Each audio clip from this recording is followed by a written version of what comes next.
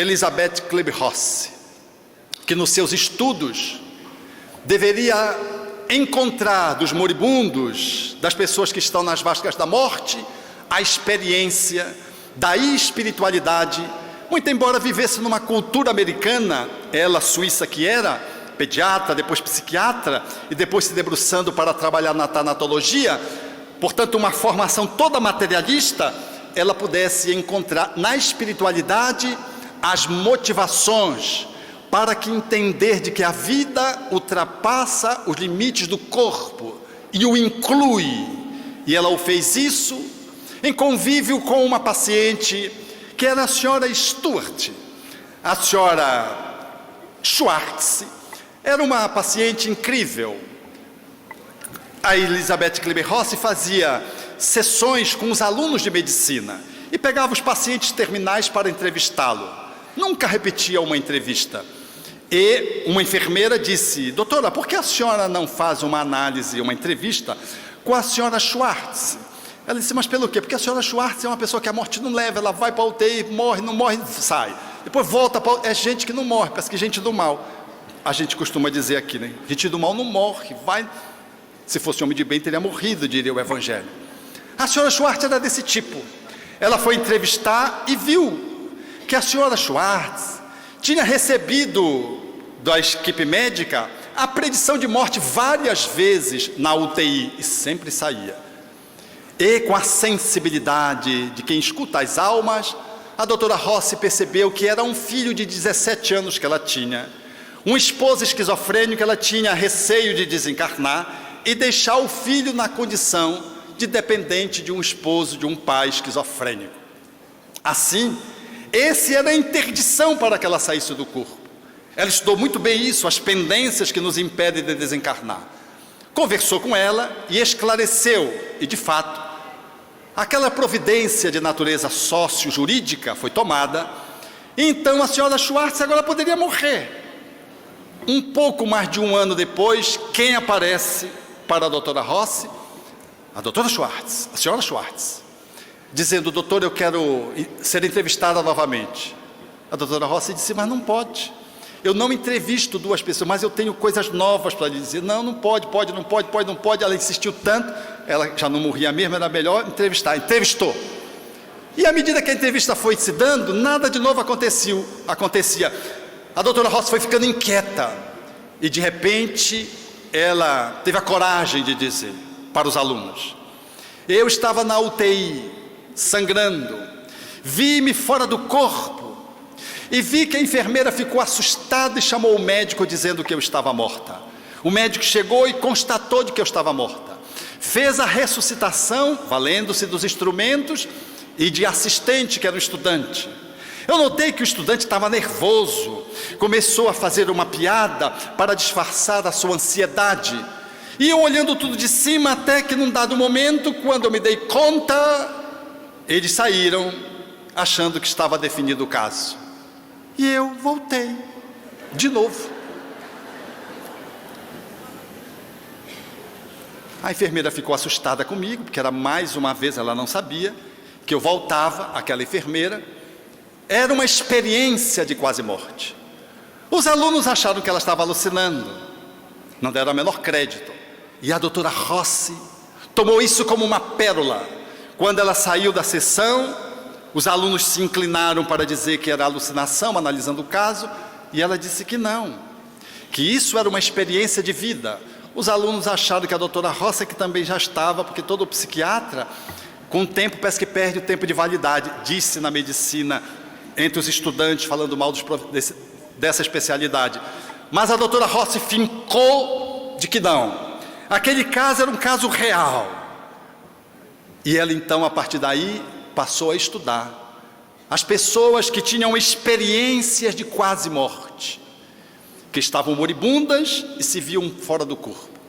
Levantou, junto com aquele que fazia parte das entrevistas, que era um pastor luterano, e foi fazendo um inventário de situações que falavam da vida após a vida. Lá num dia, o pastor pediu licença do hospital porque a doutora Rossi publicara um livro que foi um frisson, sobre a vida, sobre a morte e o morrer. Era um livro sobre a vida, nada obstante o título fosse esse, sobre a morte e o morrer.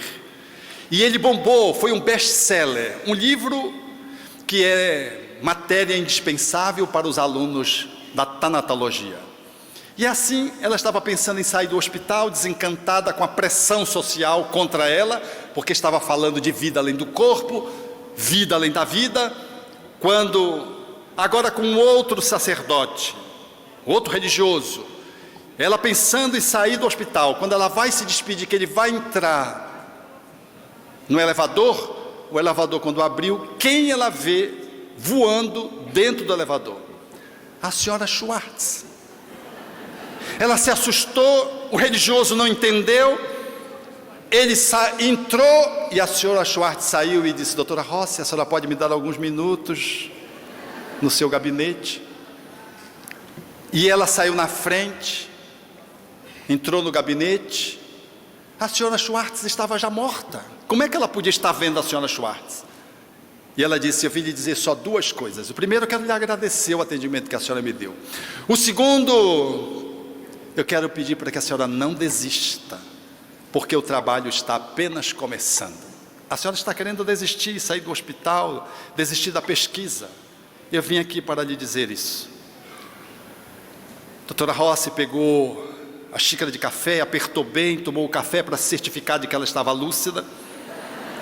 E para tirar uma prova cabal, pediu para a senhora Schwartz que pudesse deixar alguma coisa para o pastor que tinha desistido e tinha saído do hospital.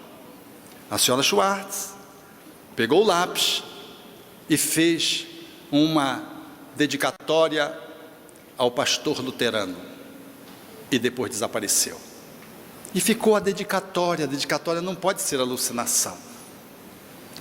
A partir daí, modificou-se a concepção da doutora Rossi. Trouxe-nos a visão, dentro da academia, ainda que timidamente, como ainda está hoje, de que a vida não é resultado do corpo, inclui o corpo, mas a sua gênese, ela é oriunda de uma perspectiva subjetiva espiritual.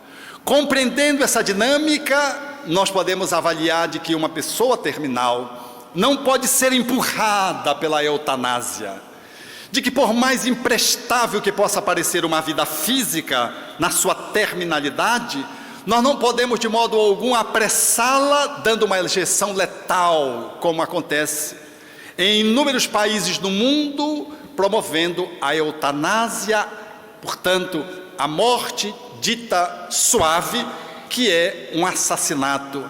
Há aqueles que rogam, que pedem no suicídio assistido, por exemplo, como acontece na Suíça, ou em outros países, onde os familiares às escondidas apressam a morte do seu ente querido, porque estão vendo que o sofrimento é cruel, e porque estão de olho na fortuna do patrimônio também.